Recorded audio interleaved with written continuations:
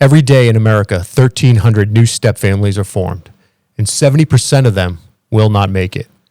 We were almost one of those statistics. 8 kids, 2 broken families, 1 shot to get it right. Today, Kristel and I break down what we learned the hard way, what the science says every child needs, and why the family is under attack right now. This is the Fourth Phase Podcast. Let's get into it.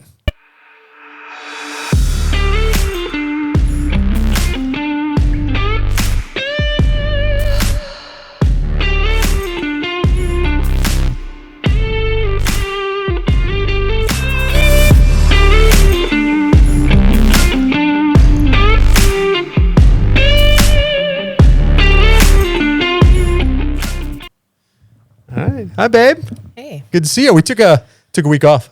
Good. We needed it. We needed it. We got we have some secret projects in the works, don't we? Yeah.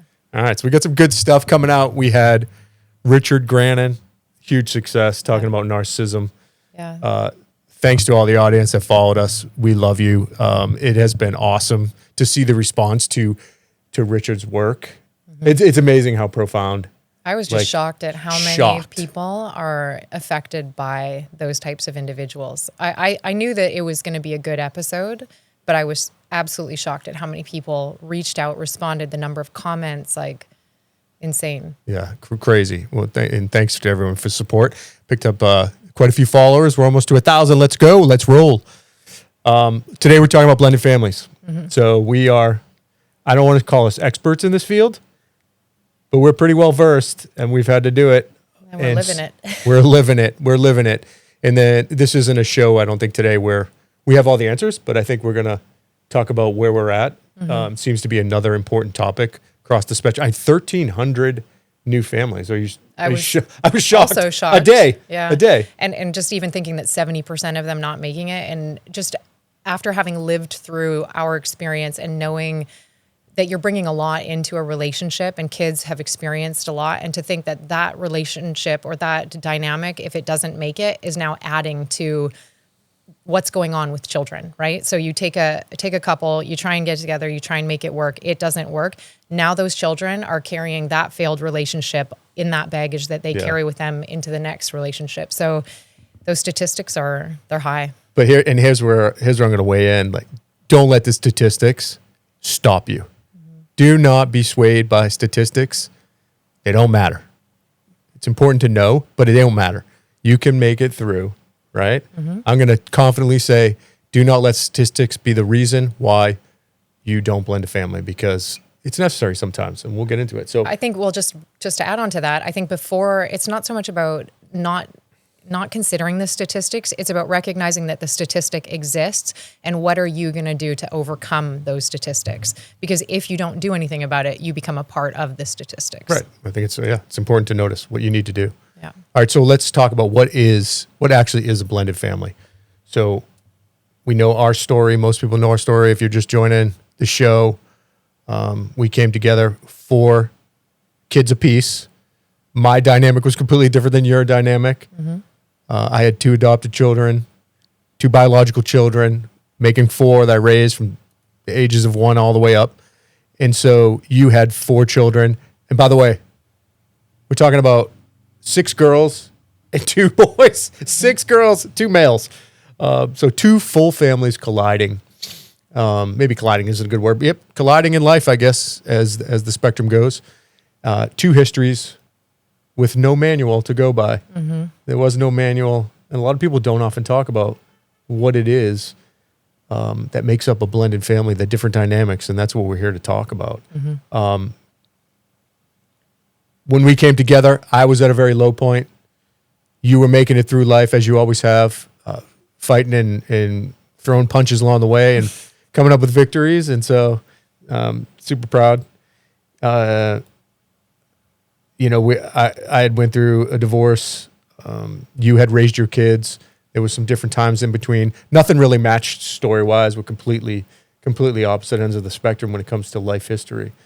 But we had lots of things in common, obviously things that drew us together. But yeah, there's always going to be a different dynamic. And I think that that's what makes this so challenging, because how do you possibly make a rule book for two different people coming together that have completely different dynamics, different experiences, and then the children that you're bringing into the relationship, what dynamic is that? Just the mere fact that you had two biological children, two children that were adopted, that in and of itself is its own dynamic, right? So now we're blending your history, my family history, and how do you possibly compare that to what everyone else is living, right? Like everyone's going to have a different story and a different dynamic. And that's the foundation. I think people ask online, when does it feel like a real family?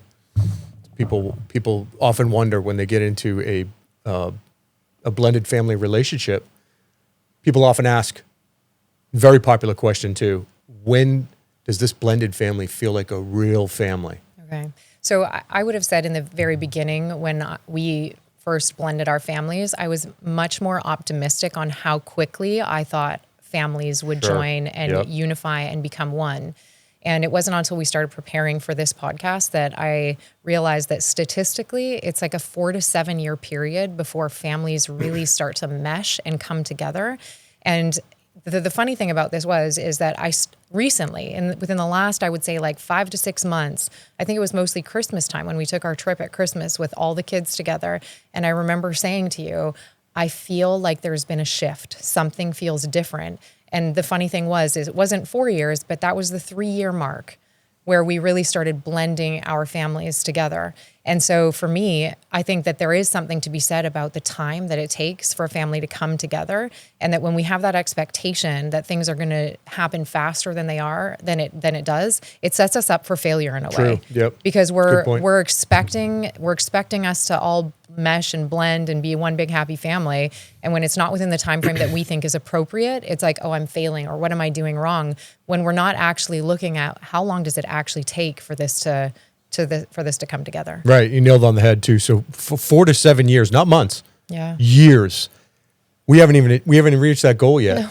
And you nailed it on the head when you said your expectation going is we're good people. We've done good things in life. We're morally straight. We have good values. Our values matched up when we met. And your expectation is we can do it. Like, we're going to make them match. The reality is it's a lot tougher than that. 4 to 7 years is the average time we're a blended family. And that's with a couple like us. That's like notwithstanding people that just, don't have a good relationship to begin with. Right. Because that's where the 70% comes in, I think. But when you're good people, you often sit there and wonder every day, what is happening? Why is our blended family not like this perfect family? First of all, there is no perfect family. Second of all, you just have to be realistic about your expectations. You have to taper your enthusiasm a little bit. Not that you can't be enthusiastic, but you have to taper that. Like, the reality is it's going to take time. And we're going to talk about the reasons why it's going to take time. The other question people ask is, did we make a mistake? Like, they start wondering if, it hasn't been 4 years, it's been 6 months. And then keep in mind, this also, there are so many dynamics in a blended family. We can only speak to ours. Ours were all, aside from one they were all teenagers, either low to mid teenage Pre-teens. kids and we had one preteen who became a teenager not long afterwards. So I guess ours were all, for all intents and purposes, all teenagers throughout the spectrum into their 20s. I mean, let's not exclude your two children that were in their 20s, because you can't, Right. because they have to feel part of the unification as well. Yeah. And so, wow, it's amazing to actually start talking about it, because But see, that's exactly what I was trying to touch on when we first started, is that the dynamic is everything, because the dynamic is, who are you? Who am I? Who are the children? What are their ages? What experiences have they had up until present that is affecting who they are being today? What experiences have we had up until present that's affecting who we are being today? So you have to take into account a lot of different dynamics, really, just to look at your situation and understand what are the steps that I need to take to be able to have a successful home and have a successful, strong relationship between the two of us. And how does that affect the children in our home? Yep. And now, outside of that, something I didn't even think to mentioned, which is a huge part of it, is what is affecting those kids outside of our home, because you're going to have outside factors that potentially influence what's happening in your home as well. So when somebody wants, like, just give me a blueprint, give me something that I can do, it's not that simple. No, there is no there's no plans. There's no plans. We're just trying to talk through. And if you're considering a blended family, this is a great episode. I think you should review it afterwards, and we'll see if you get anything from it. But this is perfect because we didn't get this. I didn't get this. I don't have anybody. I mean, I know some blended families out there, but you don't ask. A lot of times people are afraid to even inquire, hey, how's it going? You just kind of watch from afar when they're friends. I guess a really close friend, you could ask. I think more often than not, they'll tell you the problems. Oh, hey, I'm having all this, and then you can inquire. But there is no blueprint. Mm-hmm. There's nobody out there saying, hey, this is the model. And you're right. It's because there's so many factors, not only in the children's lives, what they experienced before. You can't possibly know all this information. Nor should you spend your entire history trying to, your focus. I think the main takeaway from this topic is, or at least the first opening salvo, is you have to be on a great relationship. The strength of the blended family will come from the relationship. What you and I have, making time for love, all that stuff, that has to be solid ground, right? It's like the pillars of the fourth vase. There's a base, and if you're not, if that base isn't strong, the pillars fall. Yeah. And so I think it's the same way. I do think that there is something that is equally as important as the strength of the relationship, though, and that is a person's ability to reflect inward and understand who they're being. Because as a parent, if I can't understand what's happening with me internally and how I'm affecting the children in the environment, then it's detrimental to the home.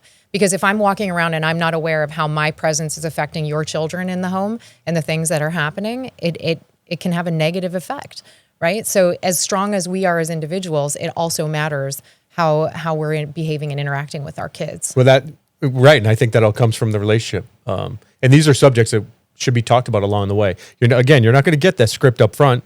You and I didn't lay out a script and start talking about this, that, and the other thing. They all come as phases. And remember, these kids are going through phases, as is the relationship between you and I going through phases, right? So you have to look and take every variable that comes with the phase, because you can't see it coming. You're not even when they're 13, 14, 15, or 13, 14, maybe 12, you're not talking about, oh my God, what are we going to do about cars for these kids? It's a simple example and kind of a materialistic one, and probably not a very good one, but it's a point. The point is, there's so many things that you're not thinking about. Driver's license, responsibility, this, that, and the other thing, and we'll cover it. But what is every kid actually looking for when it comes to a blended family? What is every child's expectation, do you think, from your perspective, when it comes to a blended family? What's their expectation? And again, it varies on age, but let's just say teenage years. So again, I don't think that this has anything to do with age. I think that it's a universal need for children. Right. And it doesn't even matter if it's a blended family or a regular family. If I'm to think back when I was a kid and what did I need? I needed to feel like I was loved. I need to feel like home was a safe place. I need to feel secure. I need to feel like I matter in my environment. To me, those are the things that are important. Now take that and put that across any different dynamic. It does not change. In a blended family, those kids have that same core need, but they're bringing in a lot more baggage because they have experienced a traumatic event, most likely, that's brought them to a place where now they're in a situation with a parent who has now created a life with somebody else. So I think that there's a disadvantage when you have a blended family because you're not only just dealing with those main core needs, but now you're dealing with kids that need reassurance in other ways. Right. They're going to need safety, a feeling of safety in a different way. And how are they getting that from the opposite parent? Yep. You know? The science says, you nailed it, safety, attachment, and predictability are three things that children need. And that's science-based. And we have the resources. We'll put them in the show notes where those come from. But it makes sense.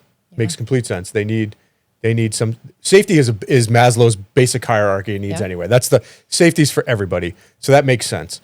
They need attachment. They need attachment to a figure that can mold them, help them. That's what they model their behavior afterward. It's critical to have attachment to a parent. not an unhealthy one, but just a regular healthy attachment to good values, good bonds, and then predictability. Pretty important, because if you get a blended family that where they finally joined and it's just complete chaos on a day-to-day basis, where you don't have a schedule, maybe one parent can't find maybe one couple can't find a place to settle down, and they're constantly moving, or they're not stable in a job. Not to say that these things don't happen, because they do. We know they do. You're just going to have to manage that as it comes. But that lack of predictability in situations like that can be a detriment to the child, where one home might feel safer and more predictable. And sometimes that's all they want, is just knowing at 3:00 in the afternoon, I'm going here. If you get on a predictable schedule, you got to make it as predictable as possible. We talk about, in one instance, we talk about having, in your case, and a lot of cases this is different, but in your case, your kids aren't going everywhere every other week. My kids are the exchangers, right? So everybody has exchangers where 1 week here, 1 week here. Dad has 1 week, we have 1 week. We try to make that as predictable as possible, I think. One of the holdups is the poor kids end up packing all these bags, right? It's such a nightmare to see these poor kids, and you see it, I see it. We've talked about it in private, and then we told the kids, guys, let's just buy let's duplicate. At first, I wasn't a duplicator, right? There's the duplicator syndrome that the parents will buy 2 sets of everything. And again, another variable in that dynamic is the other parent. Is it a good co-parenting relationship, or is it a bad dynamic? In the bad dynamics, you get, okay, we have to duplicate stuff here. We've got to duplicate sports gear, which is ridiculously insane. And we have to duplicate clothes. But you do it as a blended family because it's predictability when they have to transfer when they're transferees. I call them refugees. When they're refugees from one house, poor kids, but they're strong. But that predictability helps, stabilizes them. Seeing that, I guess this is kind of what I was talking about earlier, and why it matters so much, that ability for us to go inward and really acknowledge what's happening in the environment, because it is so incredibly important to be able to stop and look and see how the dynamic is affecting the kids. Using the example that you've just given about the back and forth, and we've seen it. We've seen the bags come and go between houses. And, one of the things that I noticed early on when we first blended our family together is that I said to the kids, because they would come to the house and I would see them living out of suitcases. They have closets, they have all the things that they need, but there was this nomad kind of lifestyle. And it's no, this is home. When we're home, we take that extra time and we make sure we put things away so that we feel like we're at home, because even that small, tiny little thing, that has an impact, because psychologically now a child is, the communication is that I live out of my suitcase, right? And so that's no fault of anybody's. It's just it's a result of a dynamic. And so the ability to be able to observe something in that moment and go, here's the issue that we've got going on in our home. How are we going to solve this? My kids have their own set of issues. When we came and blended our families, we were the ones that were moving from our home and coming into your home. And so when we do that, now there's a different dynamic of my children feeling well, this isn't really our home. This is their home. So where do I fit in? And how am I welcome here? What am I allowed to do? What am I not allowed to do? So the ability for each of us respectively to be able to stop and assess what is happening with our children. And you might recognize things in my children that I don't see, and vice versa. And that's, again, where it comes down to what you said, having that strong relationship between 100%. The two of us matters, because if I come to you and I say, hey, the kids are living out of a suitcase, we can't do this. They need to feel like they're home and grounded. If you take offense to that, now that creates a rift between us, whereas it's not an attack. We have one goal. Our goal is to blend this family and that everybody feels at home and everybody feels welcome. And so our communication matters, because we have to be able to recognize those issues and address them. Yeah. We almost taper down a shared custody topic, which that's a totally different subject. It's expectations of the blended family. But right there at the end, you said it.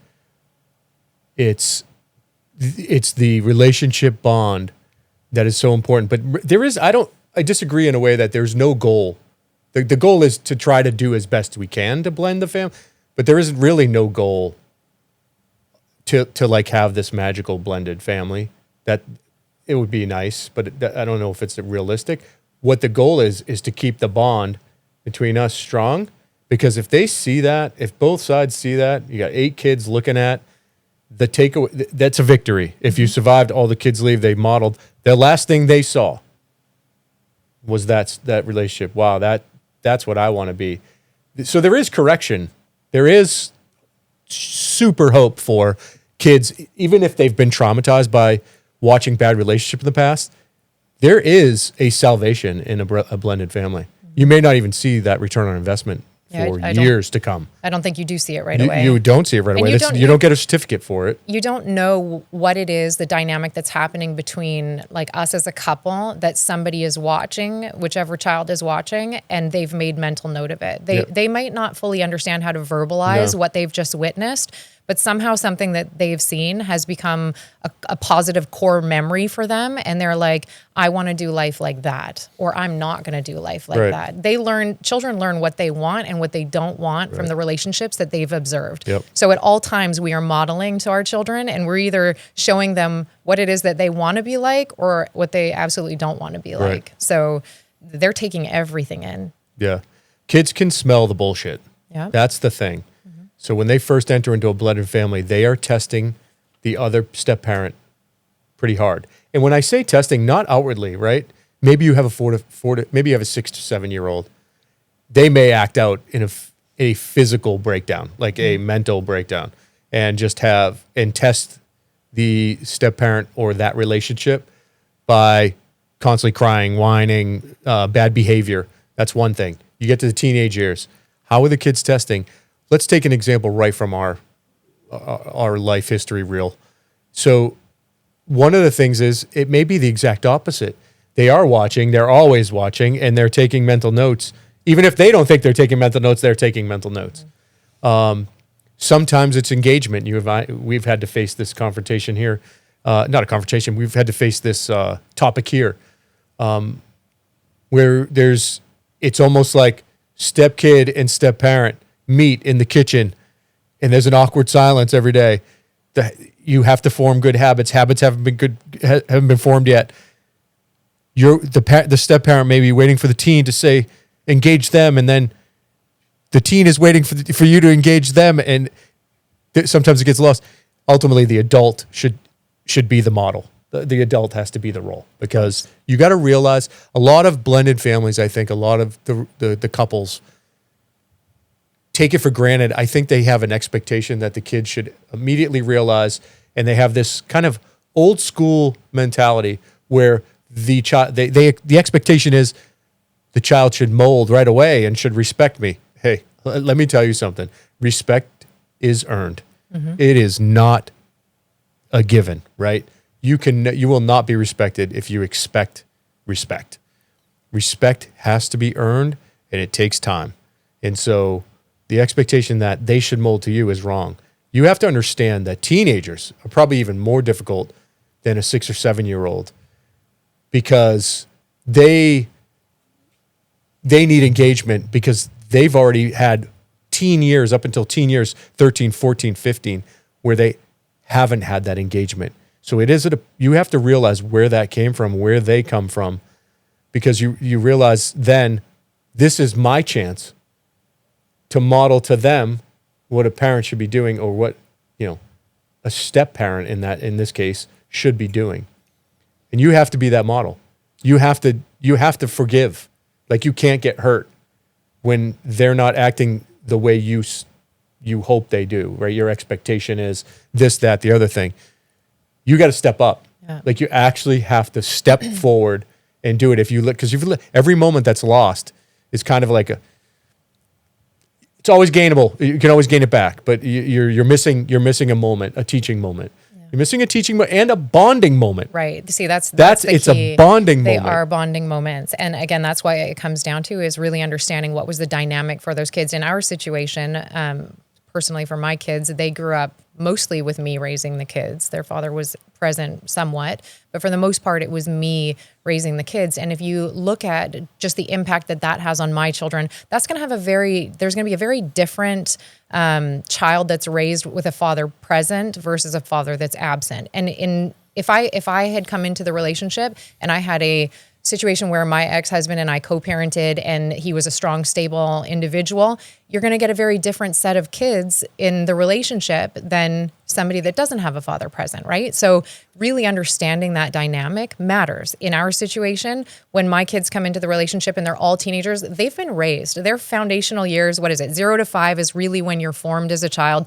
Who my kids are as individuals, they're formed. They don't need you to come in and shape them and change them and mold them. What they need from you is they need a man that is present, a man that listens to them, a man that's respectful of them. And like you said, respect is earned. So if they feel that you're respectful towards them, that's when they feel comfortable to be respectful toward you. And they're looking. All kids, it doesn't matter what age. 24/7, 365. It doesn't matter what age. Even for small children, if you think of a child that is being carried and is crying, there are some people that have this way where they can hold a child and they can just sense what that kid needs in that moment. And there's a nonverbal communication that's happening between an adult and a child that's reassuring that child, right? So it's the same thing. Even if a kid is young and doesn't have the words to communicate, they see how we're behaving. They see, if we're dismissive of them, or they see if we're engaged with them. They are constantly intaking what's happening in a room and the energy that we give off. So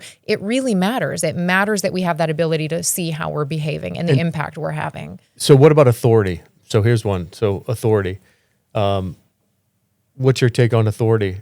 It's the same thing as respect.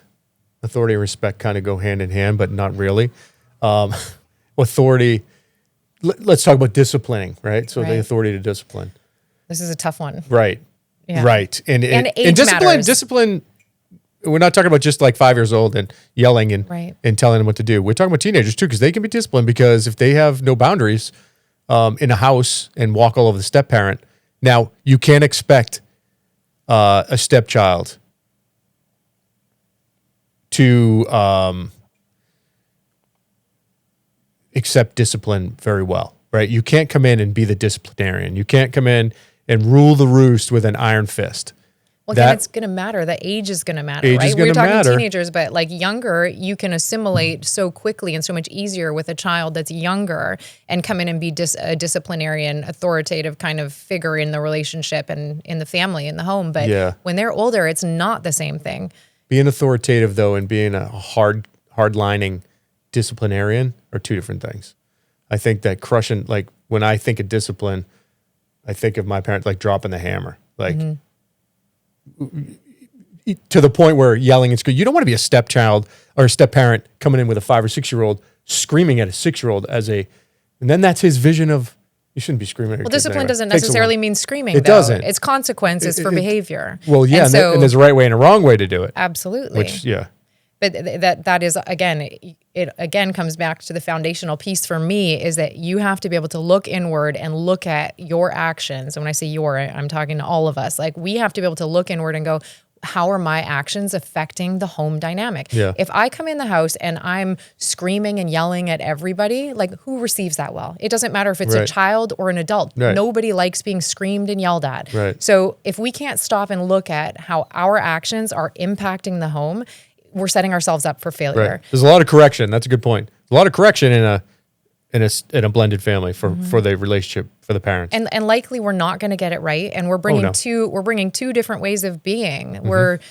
I grew up in a home where there was a lot of yelling. It was just not because it was oh, you're so bad, but it's there's just yelling in the house. Go get this. If you're yelling all the time and then you grow up in a home where there's no yelling, then it's oh my gosh, what is happening here? So now we're blending two totally different ways of living and being, and it has an impact. So again, it just comes. One way to survive on those, we did it this morning. One way to survive on these, it's almost like a military debrief. Something goes wrong that we didn't do right, or you notice something about me with your kids, or I notice something about my kids.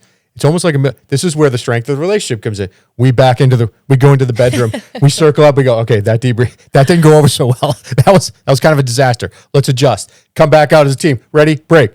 And we go. And we come back out. I think that, I mean, we understand what that means, but basically what you're trying to say is that if something happens in the home and it's related to my kids and it's not a place where you feel comfortable sharing, you'll say, hey, listen, like that situation happened this morning. That's what I'm saying. Even with 20 somethings. That situation, not okay. Like you need to talk to them about this because it's not. That's teamwork. If you go in and say it, it's not going to be received as well. Of course. It's good. So, and so we had this issue this morning. Doesn't matter what it was, but you don't need to share. Okay. Well, don't share. There was something that it was irritating to me in our house. And you're right. I actually I didn't tell you this part of it. So I thought this morning, I sat there having a cup of coffee. I'm like, I thought of 5 different ways that I could approach it with the individual. None of them had a good, in my mind. Not one of them had a good outcome. Not one. So that's when I said, okay, trying to receipt. I'm going to put this on my partner. This is probably something that needs to be a team effort here. And that's when I receded to the bedroom. Said, babe, huddle up. Ready, break. This is you. It's like, it's not throwing responsibility, but I did go through in my head one after another. Okay, every scenario ends in mission failure, and I'm gonna give this to her. This is her mission. She's better suited. You were better equipped. Not unlike a SEAL team. Like you were better equipped to handle that, and it was handled. And I don't think it's that I'm better equipped. It's just, again, given the dynamic, I was the right person to deliver the message. Yeah. And so, I mean, I'm sure, again, maybe in that 4 to 7 year range that there'll be a change, and like maybe that becomes a point where it's something that you do, because it wasn't a big thing. It's just that it's a better message being delivered from me than it is from you. So I think that like you're definitely right about that, and there's been the same dynamic that's happened vice versa, where I've asked you, to deal with things appropriately because it's just not my place. Yep, no, that's key, and that's communication. That's the key to communication. And one thing though that I do have to give you like a huge amount of credit for, because we have had this same issue come up in the past. This is not a new situation. We've dealt with this same situation multiple times before. And the way that you have dealt with it has changed. And so when we talk about that 70% statistic of people making it and not making it, the reason I give credit to us being strong is because we are growing and we are evolving. Because your way of handling this before was maybe not the healthiest way of handling it. You, rather than coming to me and saying something about it, would stew about it, would get irritated about it, and then it would come out in the way that you would behave. Stewing is bad for the relationship. But then the resentment that you carry towards the kids in the home because they're doing something that irritates you has a negative 100%. impact. So that's why I talk about us understanding the impact that we are having, because your ability to look at it and address it and go, okay, that bothers me. I'm going to look at all the different ways that I can address this. Maybe it's directly with that child. Nope, that didn't work. Okay, I'm going to go to Kristel. I'm going to talk to her. She can address it. I received it well. I didn't have a problem dealing with it. You did. And so I went and dealt with it. You came back, things were resolved, and all is well. But that is about our evolution and our ability to communicate with one another and learn and grow in our relationship and in our home. And without that, that is where I think failure comes in, because you have to be able to recognize, how are you handling it? What are you doing? How are you responding to the situation? Right. If things aren't working, you got to come up with an alternate plan. We always have plan B. And that's the definition of insanity, doing the same thing over and over again and getting the same result. Yeah. So you got to be able to adapt on the fly with a blended family for sure. The next thing is the loyalty bind, okay? Yeah. 2 things, actually. The loyalty bind that the kids get in, and then, of course, the X that never leaves, which is a problem, I think, with a lot of blended families. Mm-hmm. Let's talk about the loyalty bind. Kids in loyalty, they have a hard time. I think kids feel a lot of guilt for being loyal to a great stepmom or stepdad when the other parent is involved. Yes. Okay, so just to be clear, again, with this, this isn't an expert show. We're just sharing our experience with everybody, hoping we can get some feedback from the audience. But you don't have to deal right now with an ex like you haven't for a while coming back in. So I guess I don't have to deal. Like I don't have that section of stress. If it was a non-amicable separation, doesn't matter. No one's there to come back to. In my case, we've got we've got mom who exists, and that's fine. But I think the kids feel guilty trying to be loyal, even if they love you to death, and the kids do. Who doesn't love Kristel? The thing is, they feel guilt. So the loyalty bind. Well, I don't want to speak for your children, but I will speak for myself. And I know for a fact that when I was a kid, my parents separated when I was 7 or 8 years old, and my dad's, his then future wife, I loved spending time with her. I thought she was fun. I enjoyed going over to her house, but obviously when we're kids, we don't understand the dynamic of what's happening in the adult world, right? We don't feel the anger and resentment of betrayal of what happened between the parents. We're just experiencing the situation. And so I remember going to my dad's house and being there with his then, or it was his future wife at the time, fiance. I enjoyed spending time with her. I had fun with her. And my mom had a different opinion of her. So for me, there was a huge sense of loyalty to my mom, and I could never let my mom know how much I actually enjoyed going over to their house and hanging out and spending time with them. That's the point. And so, and it's not necessarily to say that my mom put that pressure on me, but I just knew that my mom did not like her, and because she did not like her, I felt like I should not like her. But that's not fair. And I think as a parent, as a healthy parent, that's where it's up to us to say, you know what? All that matters is that you are loved and that you are taken care of in this home. The moment that we start putting pressure on our children, we're doing our children a disservice. If we're sitting there bad-mouthing the other significant other of our ex-partner, it is putting unnecessary pressure on our kids and putting them through torture and unnecessary pain. Yeah. So it's never helpful. And so just to speak to that though, that is exactly it. There is definitely a sense of loyalty that kids will feel, whether it's vocalized or not vocalized. There is a sense of pressure that children will feel to not like that other parent that's come into the home if there's any kind of negative feelings or emotions around that from the other home. So yeah. And as far as the ex-spouse is concerned, look, it's not a project to remove. They're permanent. Mm-hmm. The ex-spouse is permanent. They're going to be permanent. You just have to manage that. Mm-hmm. It becomes a managing scenario.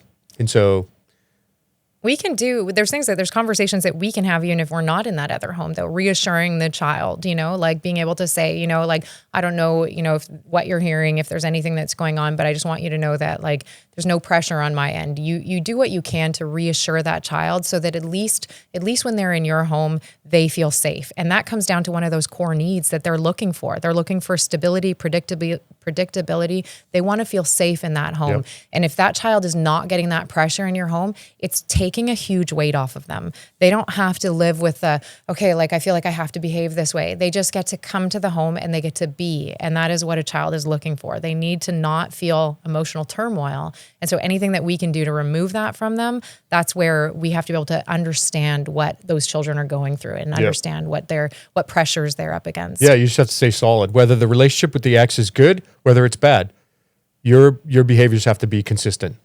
Consistently calming to the child, right? And I don't mean that you can't be stern when you need to be stern, and hold the line when boundaries are necessary. But if you show consistency, you get comfort. We just saw it recently. It was you'll see little victories every now and then.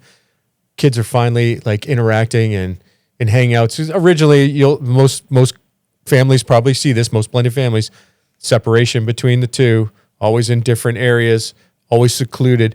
Eventually, and that's how you know you're having a good effect. Mm-hmm. Now, eventually, it's the trickling on effect. The couch, right? It takes time, 4 to 7 years before you can even see some sort of a bond. Again, 4 to 7 years doesn't mean perfection. Right. That's just when you start to get a bond there. So it takes time. Everything takes effort anyway. Yeah, and it's also about reaching out though and recognizing as the adult, talking about the leader in the morning, like being the one that says good morning, says hello. It's also about recognizing if you're seeing a child that's withdrawn, regardless what age they are, it's about engaging with that child. Like we have teenagers that love to be secluded and in their rooms, door shut, kind of doing their own thing. It's really about engaging with those kids and making them feel welcome. A big thing that I had to ask myself in the very beginning, and not because there was any ill feelings towards anyone, but you're going to do things different with your own biological children or your children that you've raised than you're going to do with someone else's children. So it's about me asking like, how am I treating the kids? Like, are they sensing that I treat them different than I treat my own kids? Right. Like, for the girls, am I asking to hang out with your daughters in the same way that I would hang out with my own daughters? How am I engaging them, you know? And so I think that's a huge part of that bonding, is being able to recognize when the kids are withdrawn and Right. helping pull them out of that and challenging them. They may say no multiple times, no, Right. no, but at some point you're going to get a yes. And those opportunities are the moments that we start feeling more like a family. Because if you never ask and they never come down and they never start engaging, That's the pattern. Yeah. it's a pattern, Yep. but you're also going to delay that 4 to 7 year mark, if ever. Right. So Yep. the engagement matters. Here's an interesting stat, which still in my tiny mathematical brain doesn't make sense. But there's a stat. Well, again, we'll post the sources on the in the show notes. But 114 million American kids have some sort of step relationship in their lives. Considering there's only about many? 320 100 what? million, 114 million? 114 million, considering there's only 300 and some odd million people in the United States, that's almost a third. That's 1/3 of the population. So this is a relevant thing. Yeah. The step relationship, whether it's grandparents or there's some kind of step relationship, that makes more sense than an actual step parents. But it's a mind-blowing statistic to consider. All right. So the numbers that nobody tells you going in. So we discussed this at the beginning of the show.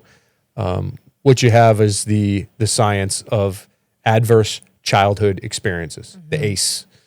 So I had to research that because I've heard ACE said before, Yeah. but didn't understand like what is an ACE, what qualifies as an ACE. Basically an ACE, it's in its title, adverse childhood. What is it? Adverse childhood experience. So that would basically be anything that has a negative effect on a child. So it would be like physical, mental, emotional, abuse or neglect. It doesn't have to be one. It can be divorce. It can be domestic violence. It's any kind of a negative experience that a child is experiencing in the home that would have an effect on them.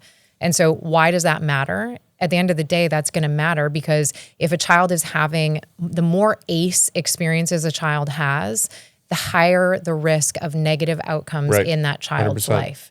And so that's why, again, when I spoke earlier about understanding the child and what they're coming from, you really want to understand, where did your stepchild or the child that you are taking on with your partner, where are they coming from?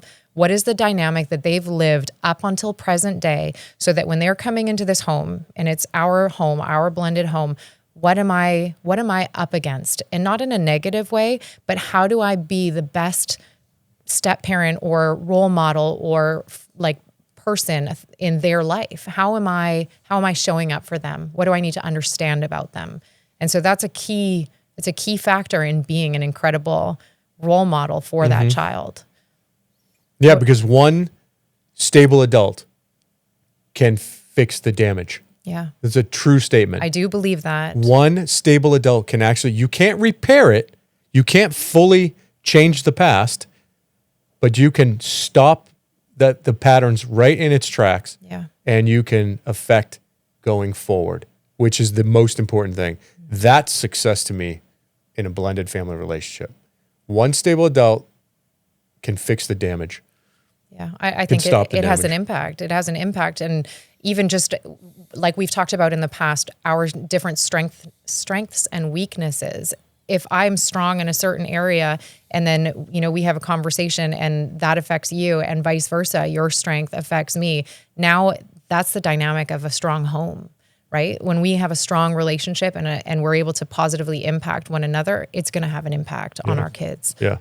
Well, so those are the stats that nobody talks about. 1,300 new step families a day. Like, that's insane. That's insane. It goes hand in hand with the divorce rate that's out there. But the sad part is that 70% of those remarriages will fail. Yeah. Again, don't be afraid of the stats. We're just giving them to you. Know what's out there. Maybe it'll help shape the behavior when you get into things to think about when you get into these blended families, because they're important. Do you think it would change? Do you think if people understood the odds that were against them coming into it, that they would take the relationship more seriously? That's the point. That's the whole point of me saying it right now. The entire point of us talking about these stats is not to scare people, but to get them to understand and think about it as they go throughout the journey, right? That's important. It's important to know because you could beat the odds. A lot of people just don't do their homework going in, and they don't really consider it. Not that a blended family, like getting with someone with kids is completely natural, because think about the people that come out of the relationships that are such a nightmare that they actually, this goes right back to the last episode. We talked about narcissism. There is no winning, by the way. If you guys watched the Richard Grannon episode, and I hope we have him back on, and we'll have some other people that talk about the same topic. There is no winning. You've got to leave. If you want happiness in your life and you get one shot at it, it's hard. It's hard to leave when kids are involved. Right. We all know that. Well, it was the hardest thing I had to do in my specific experience, but sometimes it has to be done. And it's for the children. You saw the comments. The comments on that, on Richard's episode were mind-blowing. People, they're overwhelmingly don't stay for the kids. I mean, we've known this since the dawn of time. But that's its own level. Your happiness is reflective of the children. Well, they're watching. They're always watching. Always watching. Again, that comes back down to understanding what a child has been through. That is going to be its own episode, and we're in the works of speaking with somebody right now that's an expert in children and that are the product of narcissistic relationships or a narcissistic parent, whatever it may be. But that is going to have a whole different dynamic on the effects, the mental, emotional, like everything of a child, right? So understanding those ACEs, those adverse events that a child has been through are really key in the success rate. And the more that you can relate to those kids, I think we've had our own challenges, but overall, nothing that's been like crazy out of this world. We've definitely had like other issues outside that have influenced, like what's happened in our relationship. But I would say overall, like we've had a pretty easy go at it. There's no crazy, there's no like substance abuse or anything crazy like that's, been in our situation, but it doesn't make it any easier. You're still constantly dealing with like challenges with every child is different. I mean, even if we were to take the subject and just look at our kids, are any one of your 4 children similar or the same? No, every kid is different. Totally different. Of course. Right? So that's the thing. Now if I look at my childhood experience and I look at the 3 siblings that I had growing up in my home, there's 5 of us in total, but 3 of us in the home that I grew up in.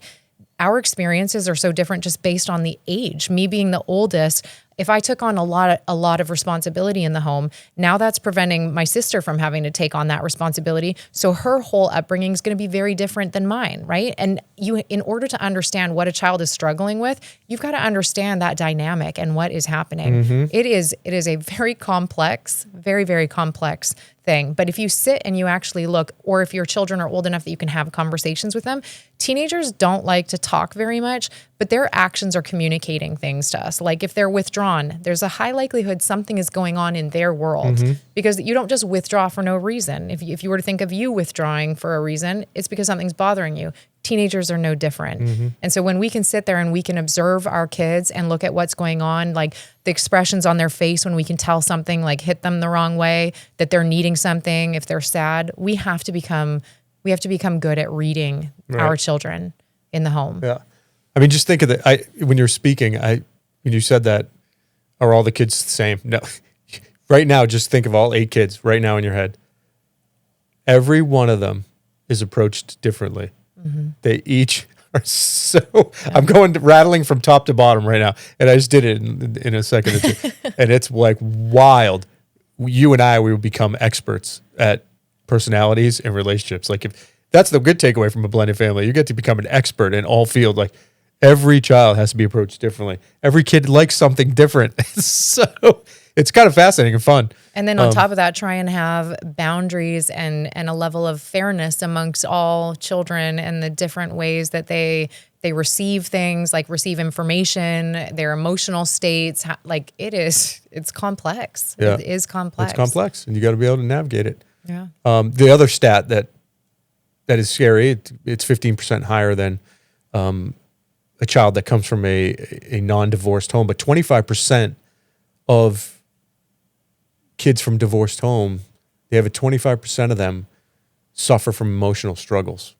And again, I say that just because it's elevated, right? 10 versus 10% who come from a a non-divorced home, but that doesn't mean a non-divorced home is a safe place either. Right. So that's, but that 10% means something, but 25%. So you got to be able to catch that. That's why, again, it go back to the stable relationship as the foundation for a blended family.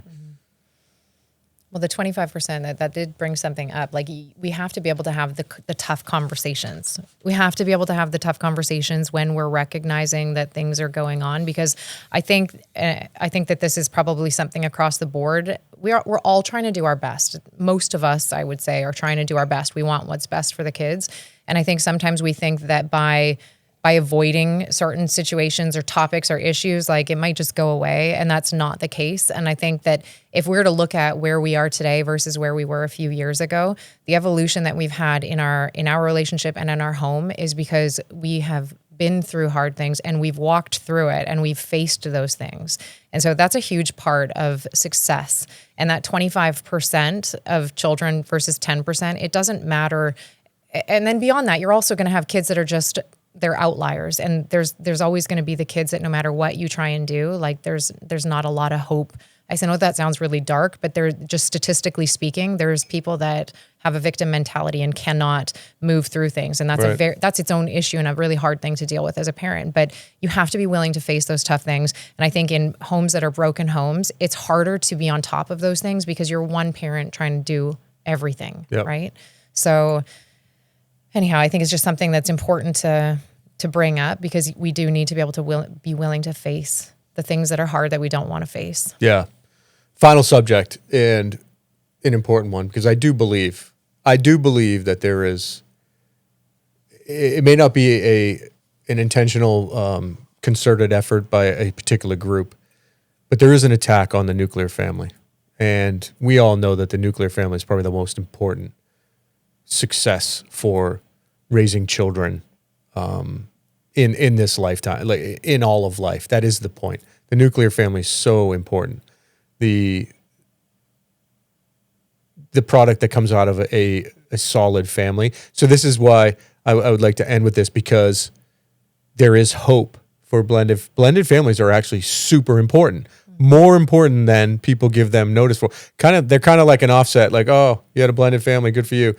No, it's actually maintaining the core idea of the nuclear family. When you can successfully blend a family and make two halves a whole again, and do that successfully, and by successfully, I mean keeping them together and bringing that family together to have the same morals, the same grounded values, good intentions to see love, there's hope. I think that's why it's important to keep, families should keep blending, because families are going to keep divorcing, and people are going to have children that need parents and need role models. Well, it becomes an opportunity for healing again, right? Like, it 100%. becomes it's a second chance, or a third chance. Yeah, I do think that. And you said it earlier, ultimately it comes down to a strong individual and two strong individuals that are healthy in the way that they do life. Because just because you have a home, there are definitely families that on the outside, everything seems like it's great, but then behind closed doors, it's just the Instagram families. Sure, but it could be just as destructive, if not worse, than a single parent who's doing their best to raise like a well-rounded, grounded individual, right? So it is going to come down to the individuals, and the children are the fruit of the environment that they are raised in.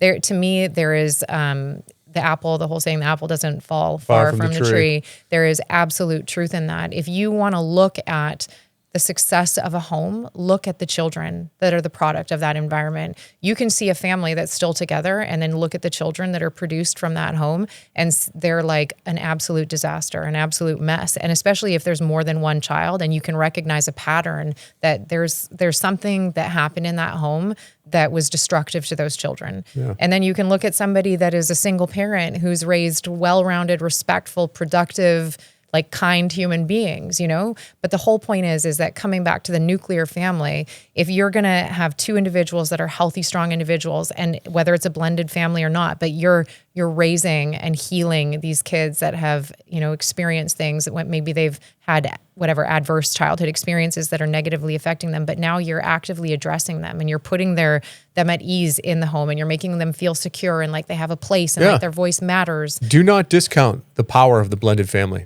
that has in society. Massive. And it reminds me, this is some families, there's been some families I know that the couple will get together, they have relatively older kids from another marriage. They get together and they say, okay, great, we're married, you got your kids, they do their own thing, you got your kids, they do their own thing.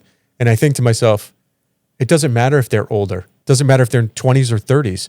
Imagine a 24-year-old boy who I get into a blended relationship with, who you don't have a lot of contact. Maybe they live on their own and they're off and running. Hopefully they do at 24.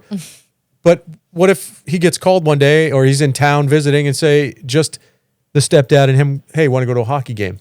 Can you imagine the impact if he hadn't had that in the past? Yeah. Again, it's never too late. That blended family comes together. You have an impact on society, a chance to bring that together. It's never go do your own thing. You have kids, I'm just going to neglect them. You neglect mine. We'll just go. That's not how it goes. I'd like to see the blended family has a chance to reshape society. Yeah. It's a catch-all, right? You're in the background. You thought your direst days were ahead of you and I'm divorced and it's the end of the world. It's never the end of the world. You're never out of the fight, ever out of the fight. A blended family is the perfect result. It's the perfect ending to that statement. You're never out of the fight. Yeah. And I think too, it's important to think, the children that come into the relationship, as much as in the beginning, there may be things that might irritate you or you're trying to find that balance.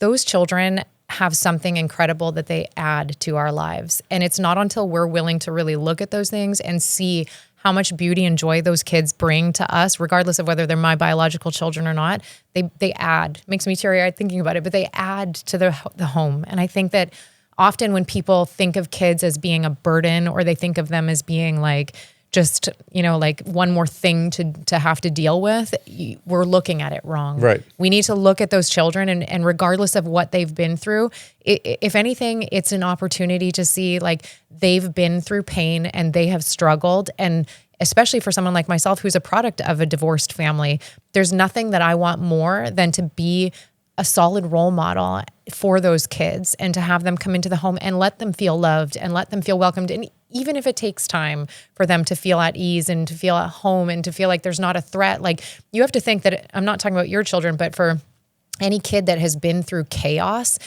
how do they even come into the home and just accept the person that's in front of them? It's impossible. You can't. You are on guard. You are wondering like, who is this person? Like, can I trust them? Are they even going to be around? Like as a child, you have all of these fears, and that is our place to come in and to reassure those children and to be a strong role model, to be consistent, to be accountable and be responsible. And that is what every child is looking for. Totally agree. Well said. Well said. Yep. That's the message. That's the message. That is the message right there. It is never, ever too late to make an impact. It's never too late. If you're watching this and you're one of those families that was blended and you kind of, his kids or her kids are doing their own thing, let's reframe that. Take a look in the mirror, reframe that and look at that as an opportunity, and it's never too late to make an impact. You'll feel the closeness of the family get back together. Babe, any parting shots? I always say no parting shots. we go into such depth, and then at the end, that one final question. Yeah. I think I did prepare quickly, actually, something that I wanted to, because we always kind of try and leave people with actionable items real quick. So here's what you can do. This was just kind of reiterating what we've already said in the podcast. But for me, I wrote down 4 things. First actionable step is to look at yourself first, which I've mentioned multiple times. It really is about looking at who we're being and the impact that we're having in the home. Because I think it's so easy to look outward at like, well, those kids do this and they did that and she did that. Right. But it's really looking at ourselves first. What is the impact we're having?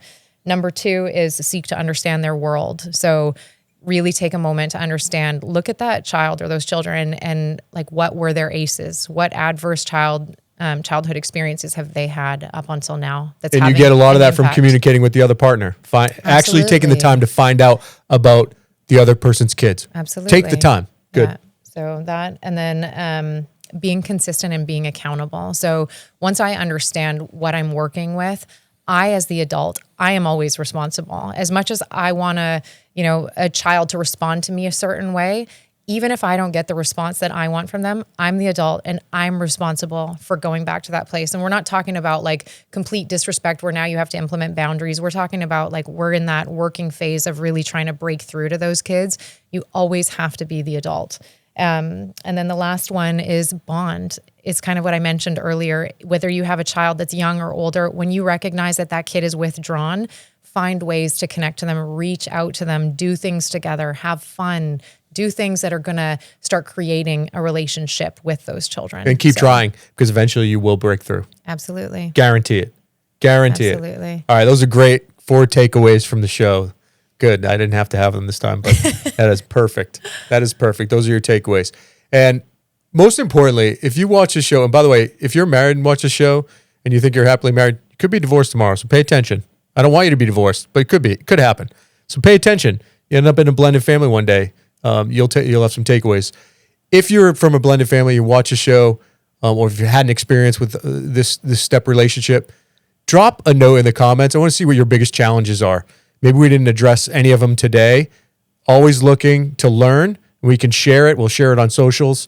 With that said, you can find us on every social, Instagram, TikTok, X. Of course, follow us on YouTube. Like and subscribe on YouTube. We need you. Past 300. Let's keep going. Let's drive to 1,000, and then we'll go from there. Eventually, we'll end up at 6 million. So, yeah, thanks for watching today. Again, please comment. If you have something to say about blended families or an experience that we would like to know about, or the audience would like to share, drop it in the comments. We love those comments, and we love to learn from your experiences too. So once again, thanks for tuning in to the Fourth Phase podcast. Let's keep it going. Let's go.